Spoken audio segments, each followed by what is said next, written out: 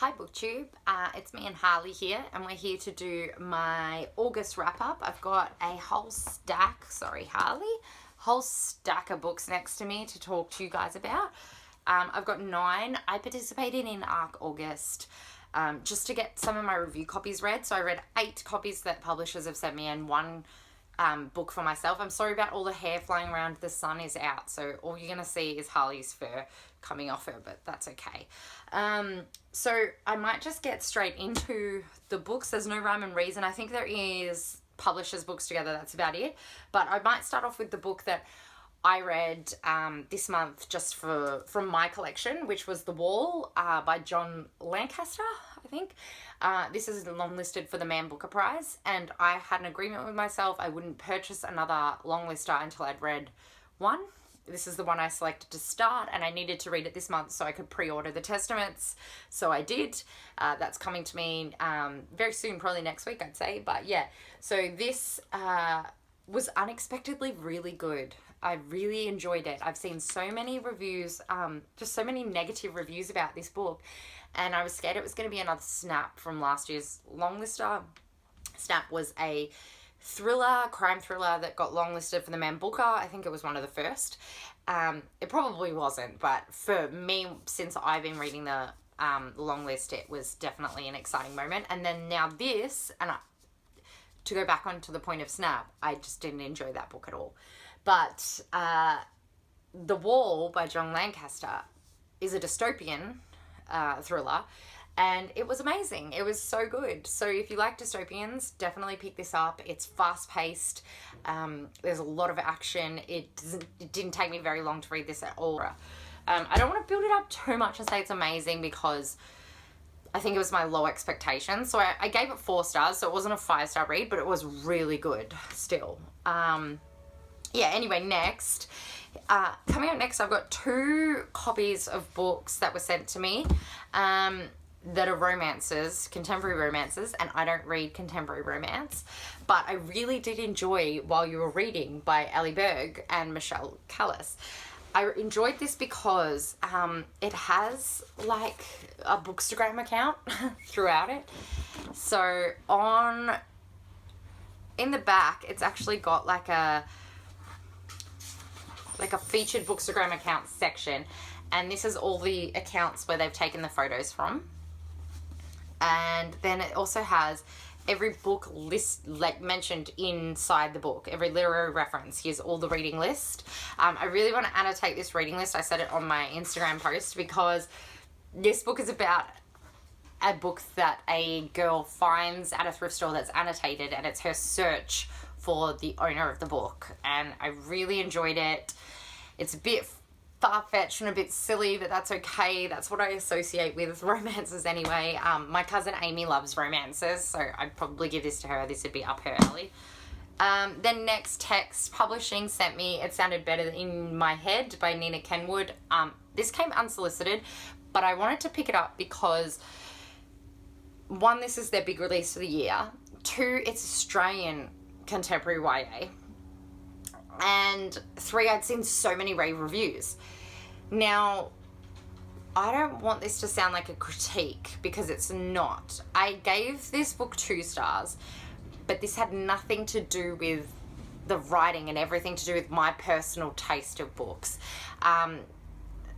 The main character was relatable, the writing was easy, I read the whole thing without DNFing it. I'm just not into YA contemporaries, so the subject matter just didn't interest me. Like, there was nothing, I didn't gain anything from this book. It was just a girl who was uncomfortable being a teenager, and I know that so many people would gain so much from this book. So many teenagers would love it. Like, all the YA readers would love it.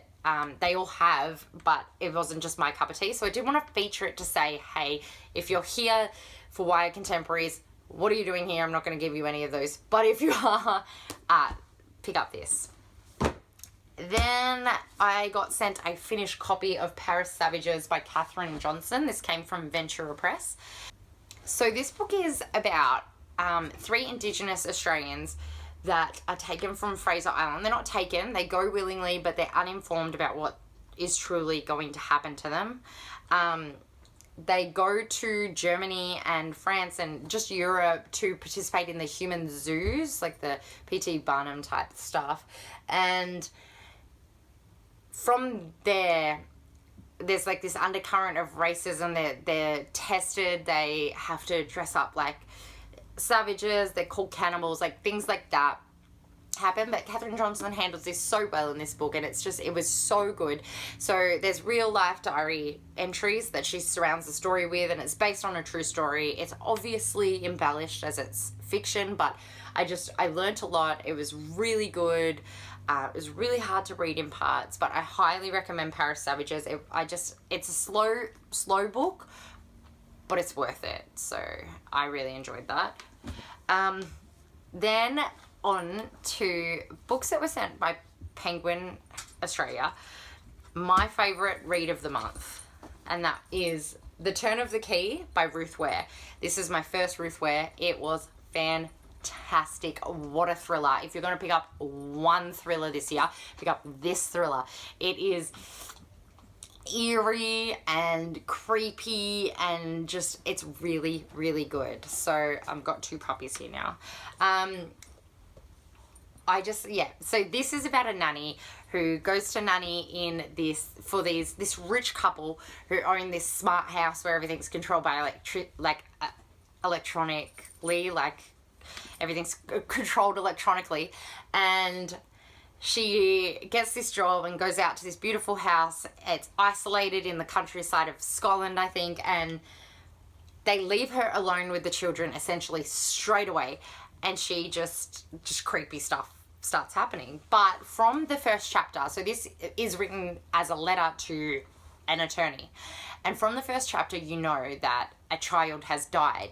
She says, I didn't kill that child and you need to help me. And then so from there you are following the story of what happened, and you don't know who died or what child died. But yeah, it's really, really good. Highly recommend. 5 stars. It's just fantastic. So Penguin also sent me The Family Upstairs by Lisa Jewell, and this is a story about so we open with a baby, and the baby is in the crib, and there's 2 dead bodies in the kitchen, and the baby looks really well looked after, but the dead bodies look like they've been there for ages, and who's been looking after the baby? And we just 25 years later are exploring that story essentially. Neighbours have reported like there were a lot of kids that lived in the house, and so yeah, but no one knows where any of the kids are or who the kids were. So yeah, there's that. And so this book was good. It just wasn't as good as The Turn of the Key. If you're going to pick up one thriller, make it The Turn of the Key. But if you're going to pick up 2, I still highly recommend The Family Upstairs. It just felt like there was something missing. Like it wasn't quite as gripping, but it's still really good. I think I gave this 4 stars. So there's that. And then I got a whole bunch of books from Hachette. So are you okay, baby? Yeah, Hachette sent me a whole bunch. So first I want to talk about the 7 or 8 Deaths of Stella Fortuna. This is by Juliet Grams, and this is out already. All of these books are out.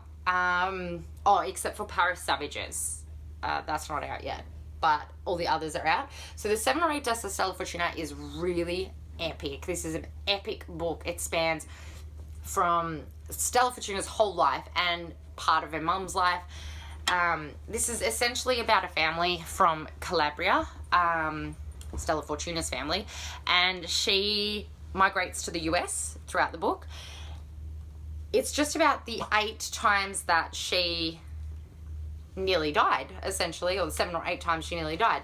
Each chapter head, here we go, I think I just saw one, is another death. So this is chapter 2, Evisceration, Growing Pains. So yeah, if you want to see an example of really great foreshadowing, this is the book. The writing is phenomenal. Somehow you know that she's going to survive, yet it's still shocking what happens, and is she and isn't she, and it's fantastic, and I would highly recommend it. The middle portion is a bit slow, but other than that, I really enjoyed this book. I gave it 4 stars. It was great. Next, Hachette sent me The Perfect Wife by J.P. Delaney. So this book was sent to me unsolicited. It came in a PR package, and the PR package was amazing. It was like an evidence, and then there was all these clues and stuff. I had no idea what this was. I'd never heard of it before, and I really enjoyed it. I picked it up thinking, I'll just read the first chapter, see if I like this. And I did, and I just kept going, and I read it in like 2 days, and it was fantastic. It's sci-fi thriller. We're going in the perspective of, there's a collective narrative chapters situated throughout the book, which I enjoy, like a collective, like we did this type narrative. I really enjoy that, and that's in here. But there's also the perspective of the main character. I can't remember what her name is, but she is a robot. So her husband is a tech giant, and he has created her because she died in a car crash, and he's recreated her consciousness essentially. And so this begs the question, like, what is a human? What makes a human a human? When is a computer a human? Is a computer ever a human? How do we navigate laws when it comes to something like this? And where's the empathy, etc., etc. Anyway, it was really good. Great philosophical questions. Love sci-fi for that. So I highly recommend. Gave this 4 stars. Then the last book I read from Hachette is probably the most controversial. So I picked up Naomi Wolf Outrages, Sex Censorship and the Criminalization of Love. It's essentially, we're following, I think, Walt Whitman and another author who I hadn't heard of before, but John Addington Symonds. They're poets, and we're essentially looking at the laws to do with the criminalization of being homosexual through these poets' lives, and it was great, and I really enjoyed how much this made me think, how much this was pointing out, you know, some of the words, some of the values that we have nowadays, they find cause in just the most ridiculous things, and so like it all comes down to politics, and just, it was great. It made me think really hard about like where we get our values from, why are they our values, why do we hold on to them so hard as well. Went on to Goodreads to write a review for this. 5 stars, love it, and it was getting annihilated on Goodreads. So from what my very limited research can tell about this, Naomi Wolf makes a mistake in her book. I don't remember reading it. I kind of remember reading it, but there's a section where she's taken an old post from the courtrooms in the Victorian era, and it says something like, Mr. X, sentence executed, or something like that. And Naomi Wolf says that this person died after being arrested for homophobia. What the actual document meant was the sentence was finished, like cancelled, like, I don't know what word I'm looking for there. There's a law word that I'm looking for there, but it was thrown out, and so the guy was set free, and he wasn't executed. And so from what I can tell, that's where she went wrong. I don't think, if that is the thing, and I haven't missed it, I don't think that warrants the amount of hate this book is getting, particularly because that's such a tiny thing in such a much bigger book about something much bigger than just that one execution. So, I mean, I'm open to discussion. If someone can tell me whether I've missed something, I've not understood something, I mean, I know people want their nonfiction meticulously researched. They want their historians accurate. I'm sorry, they're fighting. Yeah, so I understand why people are a little bit upset, but I don't think it warrants how upset people got over the book. Change my mind. If I should drop this from a 5-star to a 2-star, change my mind. I'm open to Harley. I'm open to any discussion about that. But yeah, that's my wrap up for this month. My dogs aren't here to say goodbye to you because they're currently staring at each other in the hallway. But I will have a TBR up hopefully on Thursday, if not Friday. And then I also have a few other ideas I want to get through. But yeah, until then, enjoy and come talk to me on Instagram. If you're wondering why I have so many review books from publishers, it's because I run a very small Instagram. It'll be linked down below. Come talk to me there. I'm always there. So yeah. Anyway, bye.